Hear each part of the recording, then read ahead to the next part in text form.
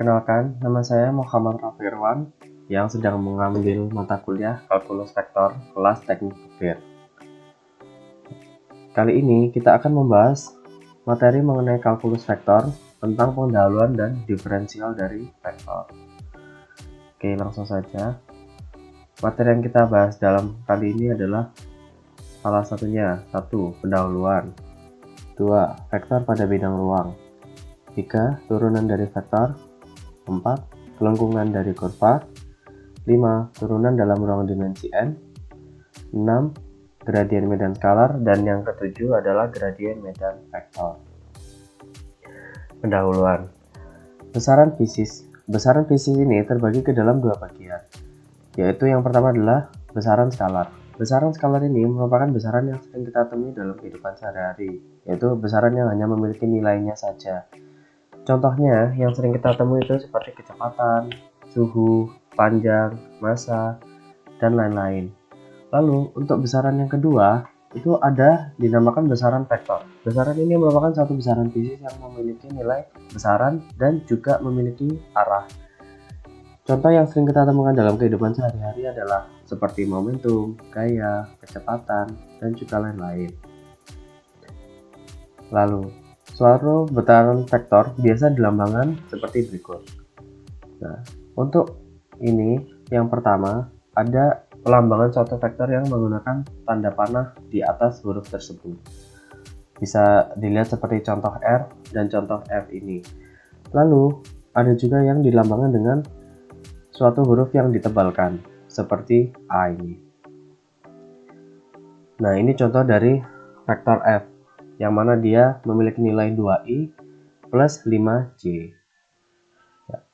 Besaran dari suatu vektor merupakan hasil akar dari tiap-tiap kuadrat sumbunya.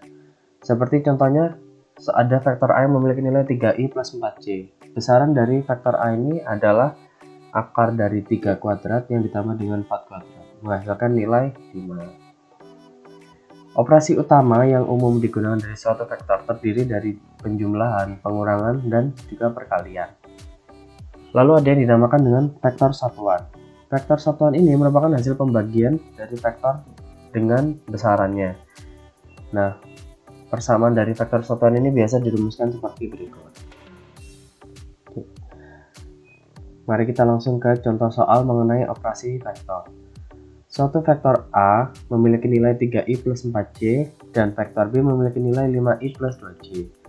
Tentukan nilai vektor A plus vektor B, lalu vektor A dikurangi vektor B, lalu besarnya vektor A plus vektor B, dan besarnya vektor A dikurangi vektor B. Untuk yang A, penjumlahan vektor, kita hanya perlu menjumlahkan nilai dari tiap suku-suku dari kedua vektor tersebut, seperti 3 plus 5 yang mana 3 merupakan suku ke i dari vektor A dan 5 merupakan suku ke i dari vektor B. Berlaku demikian untuk yang J sehingga dijumlahkan menghasilkan nilai skalar yaitu 8i plus 6j.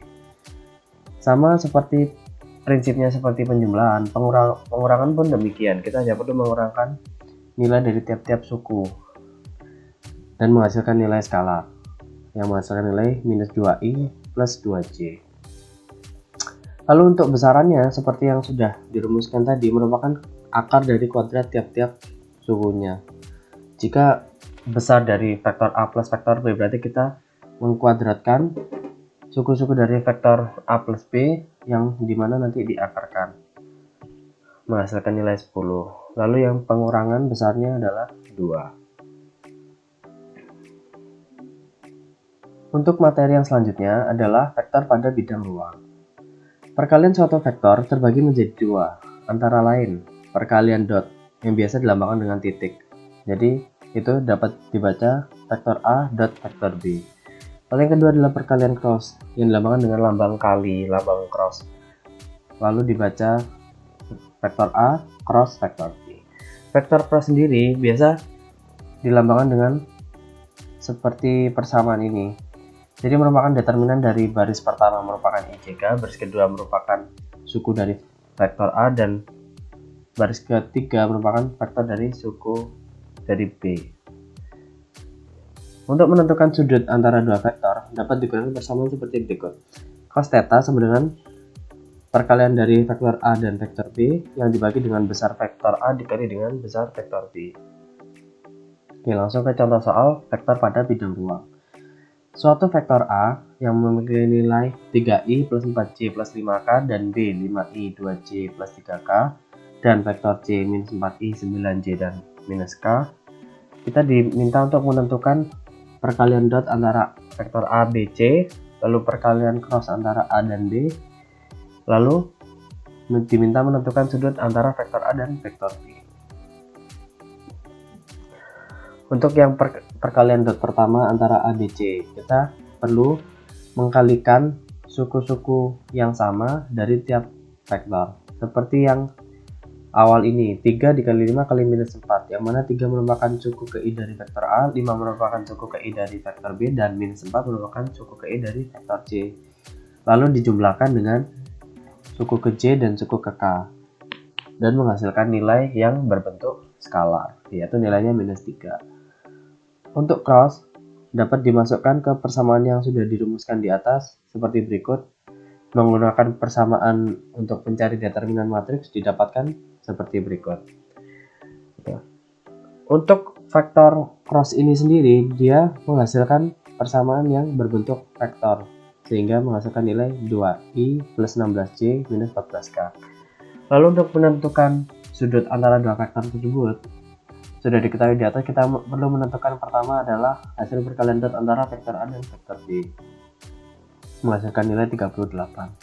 Lalu selanjutnya kita perlu mencari nilai besaran dari vektor A dan vektor B yang merupakan akar dari kuadrat tiap sukunya.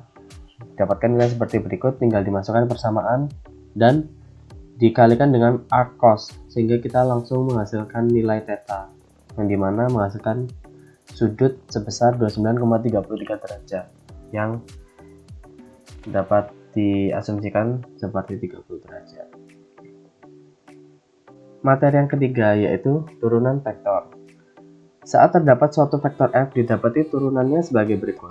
Persamaan ini merupakan persamaan turunan yang sering kita temui di aljabar linear biasa. Namun bedanya yang kita turunkan ini merupakan suatu vektor. Untuk gerak sepanjang kurva, biasa diketahui sebuah posisi dari suatu vektor yang dinyatakan sebagai vektor r. Lalu, untuk menentukan kecepatan sesaat dari vektor posisi tersebut, kita perlu menurunkan persamaan tersebut sehingga menghasilkan nilai vektor v. Lalu, selanjutnya untuk menemukan percepatan, kita juga perlu menurunkan sekali lagi sehingga dihasilkan nilai dari vektor a. Persamaannya dapat dilihat seperti berikut ini.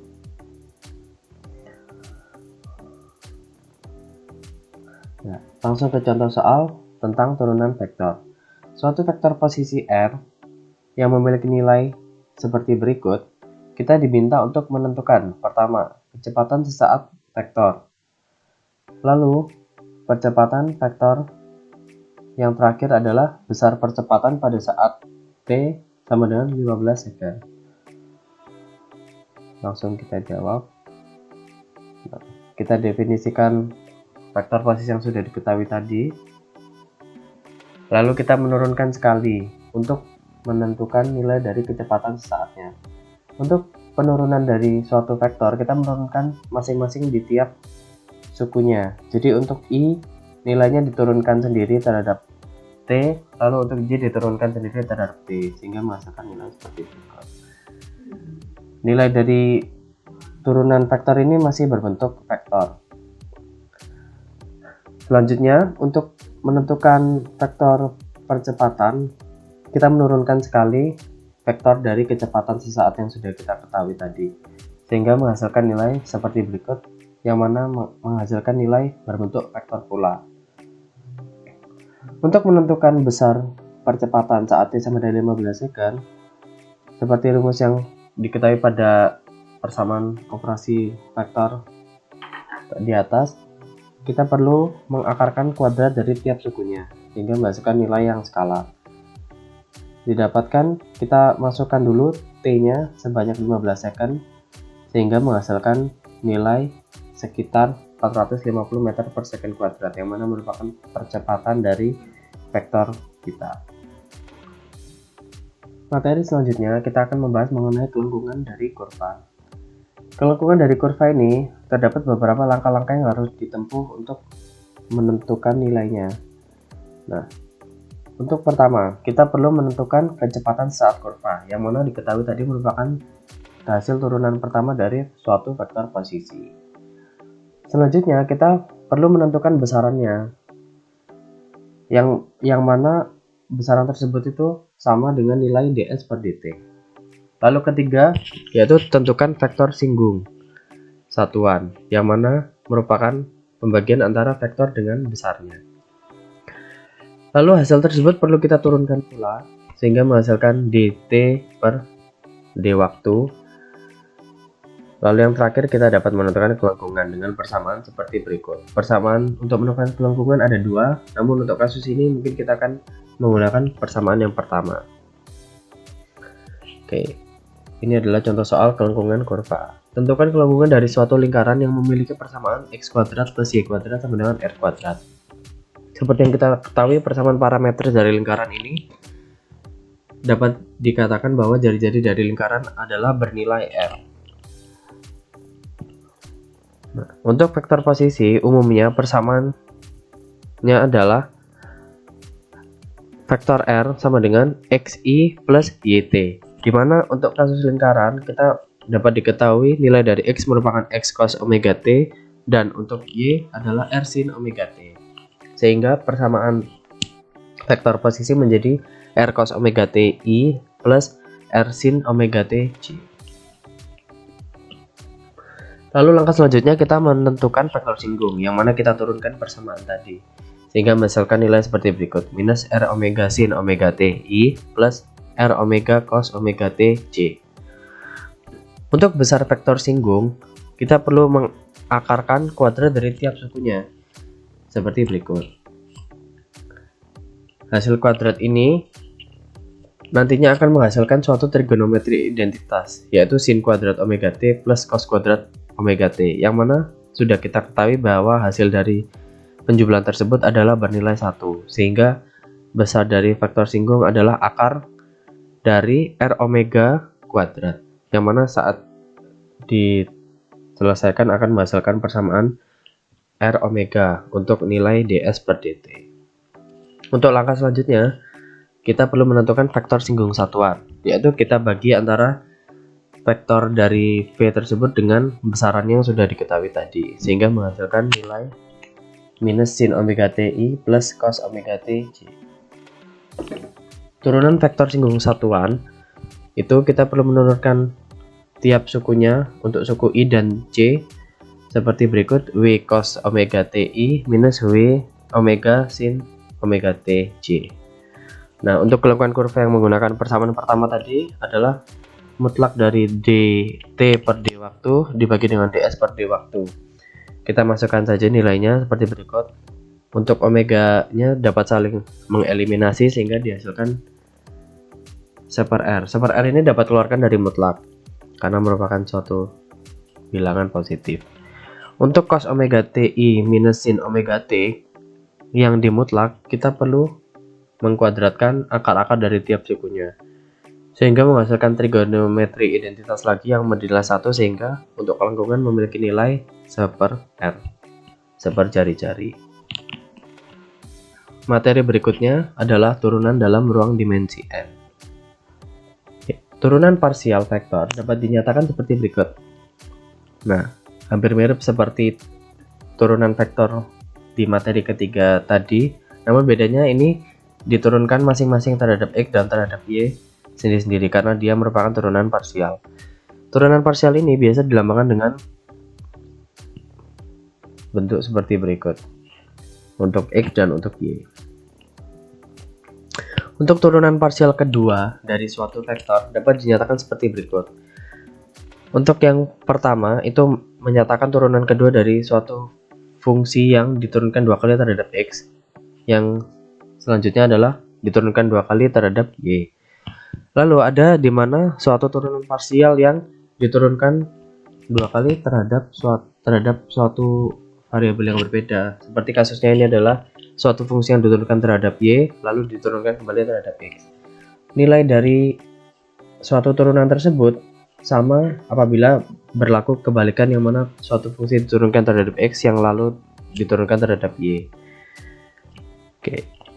Ini contoh soalnya turunan vektor dalam ruang dimensi n. Jadi ketahui sebuah fungsi memiliki nilai 2x pangkat 3 plus cos 2y. Kita perlu menentukan turunan pertama f terhadap x, turunan keduanya, lalu turunan pertama f terhadap y, lalu turunan keduanya, lalu fungsi penurunan f terhadap x dan terhadap y. Untuk yang a, untuk fungsi diturunkan terhadap x, kita hanya perlu menurunkan suatu suku yang mengandung unsur x saja. Untuk 2x pangkat 3 kita turunkan. Namun untuk yang cos 2y, karena tidak mengandung unsur x, maka dia otomatis bernilai 0. Nah, untuk yang b, kita menurunkan lagi nilai dari 6x kuadrat yang sudah kita ketahui tadi, sehingga didapatkan nilai 12x. Untuk yang penurunan suatu fungsi terhadap y, kita menurunkan cos 2y terhadap y. Namun, untuk yang 2x pangkat 3 karena tidak mengandung unsur y, maka dia otomatis bernilai 0, sehingga menghasilkan nilai minus 2 sin 2y. Nah, untuk yang turunan kedua, kita turunkan kembali minus 2 sin 2y, yang mana akan menghasilkan nilai minus 4 cos 2y. Nah, untuk selanjutnya, untuk turunan fungsi terhadap x dan y, pertama kita turunkan fungsi f terhadap x yang dimana nilainya sudah diketahui di jawaban A, yaitu 6x kuadrat. Nah, 6x kuadrat ini nantinya akan diturunkan terhadap y. Namun karena dia tidak mengandung unsur y, maka dia bernilai 0. Sehingga jawaban dari E adalah 0. Materi yang ke-6 adalah gradien medan skalar. Saat terdapat suatu fungsi f pada P, gradien f di titik P dapat dinyatakan sebagai berikut. Nah, di sini ada suatu lambang yang digambarkan seperti segitiga terbalik. Untuk menentukan persamaan bidang singgungnya, dirumuskan seperti berikut, yang mana Z sama dengan Z0 do F per do X yang dikalikan dengan X min X0 dijumlahkan dengan do F per do Y yang dikalikan dengan Y min Y0. Secara umum, gradien dilambangkan dengan notasi Nabla yang merupakan segitiga terbalik tadi, yang dimana dia biasa disebut dengan grad, yang merupakan operasi dari turunan terhadap xi dijumlahkan turunan terhadap j, yj turunan terhadap zk. Berikut adalah contoh soal gradien medan skalar. Persamaan dari suatu fungsi yang berada pada titik 3,0 diketahui seperti tersebut. Fungsi x, y sama dengan 3x pangkat y dijumlah dengan 2x kuadrat y. Tentukan persamaan bidang singgung dari fungsi ini. Hal yang perlu kita lakukan pertama adalah menentukan nilai dari Z0. Untuk menentukan Z0 ini, kita memasukkan nilai dari titik 3,0 ke X dan Y yang di fungsi yang sudah diketahui tadi. Nah, jika dimasukkan akan menghasilkan nilai sebesar 9. Lalu, selanjutnya kita menentukan nilai gradien dari F, yang mana penurunan di tiap suku terhadap X, Y, dan Z masing-masing. Karena ini merupakan dua dimensi, sehingga kita perlu menurunkan terhadap X dan Y saja. Nah, hasil dari gradien F ini yaitu adalah 3E pangkat Y plus 4XYI dijumlahkan dengan 3XYE pangkat Y plus 2X kuadrat J. Lalu kita masukkan pula X dan Y ini yaitu di titik 3,0 sehingga menghasilkan nilai vektor 3i plus 18j. Nah, selanjutnya kita perlu menentukan persamaan Z tersebut dengan memasukkan nilai Z0 dan grad F yang sudah diketahui tadi, menghasilkan nilai seperti berikut. Untuk X minus 3i kita kalikan dengan 3 dan Y minus 0 kita kalikan dengan 18, yang mana perkalian dot akan menghasilkan nilai skalar, sehingga saat selesai dioperasikan penjumlahannya akan menghasilkan persamaan bidang singgung sebesar 3x plus 18y. Untuk materi terakhir, kita akan membahas mengenai gradien medan vektor. Secara umum, divergensi medan vektor dirumuskan sebagai berikut.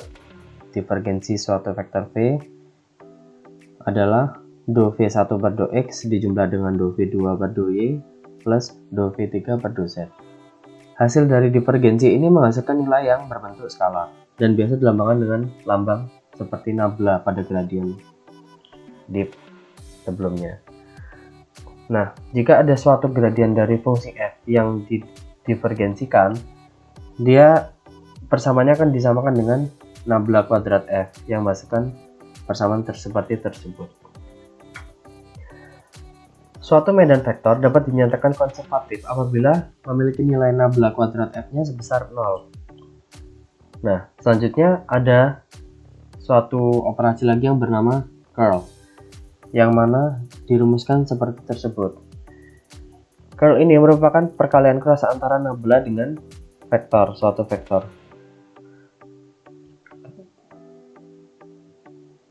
Langsung saja masuk ke ciri fisis. Jika ditinjau menggunakan suatu aliran fluida, nilai dari divergensi dan curl ini memberikan beberapa kemungkinan sifat dari pola aliran tersebut. Untuk divergensi, makna fisis yang dapat dilihat yaitu saat divergensi dari suatu vektor lebih besar dari 0, maka pola aliran fluida tersebut adalah divergen. Namun saat dia memiliki nilai lebih dari 0, pola aliran tersebut akan kebalikannya yaitu bersifat konvergen. Namun saat divergensi suatu vektor adalah tepat bernilai 0, maka pola aliran tersebut adalah steady state atau ajek. Nah, selanjutnya ada makna fisis dari notasi curl. Untuk suatu vektor yang memiliki nilai curl sama dengan 0, maka pola alirannya akan bersifat non-rotasional. Namun saat nilai curl dari vektor tersebut tidak sama dengan 0, maka pola aliran tersebut bersifat rotasional. Nah, berikut adalah contoh soal gradien medan vektor. Diketahui sebuah fungsi vektor seperti berikut. Vektor f pada titik x, y, z sama dengan 5xyz pangkat 3i plus 3xe pangkat y, j plus 4z kuadrat k. Tentukan nilai dari yang pertama, notasi divergensi dari vektor f. Lalu yang kedua adalah notasi curl dari vektor f. Nah, ini kita deskripsikan persamaan yang tadi sudah diketahui. Untuk divergensi kita turunkan masing-masing. Untuk suku i kita turunkan terhadap x, untuk suku j kita turunkan terhadap y, untuk suku k kita turunkan terhadap z, sehingga menghasilkan persamaan tersebut seperti berikut yang berbentuk skalar. Nah, kebalikannya untuk curl, didapatkan matriks tersebut berdasarkan persamaan determinan, didapatkan hasil persamaan seperti ini, yaitu do f3 per do y dikurangi do f2 per do z i plus do f1 per do z minus do f3 per do x j plus do f2 per do x minus do f1 per do y k. Lalu kita hanya perlu memasukkan saja nilai turunannya terhadap variabel-variabel tersebut dan menghasilkan nilai seperti berikut, yang mana hasilnya adalah 15xyz kuadrat j plus 3ey minus 5xz pangkat 3k. Oke. Sekian hasil penjelasan saya mengenai kalkulus vektor yang membahas mengenai diferensial faktor. Sekian dan terima kasih.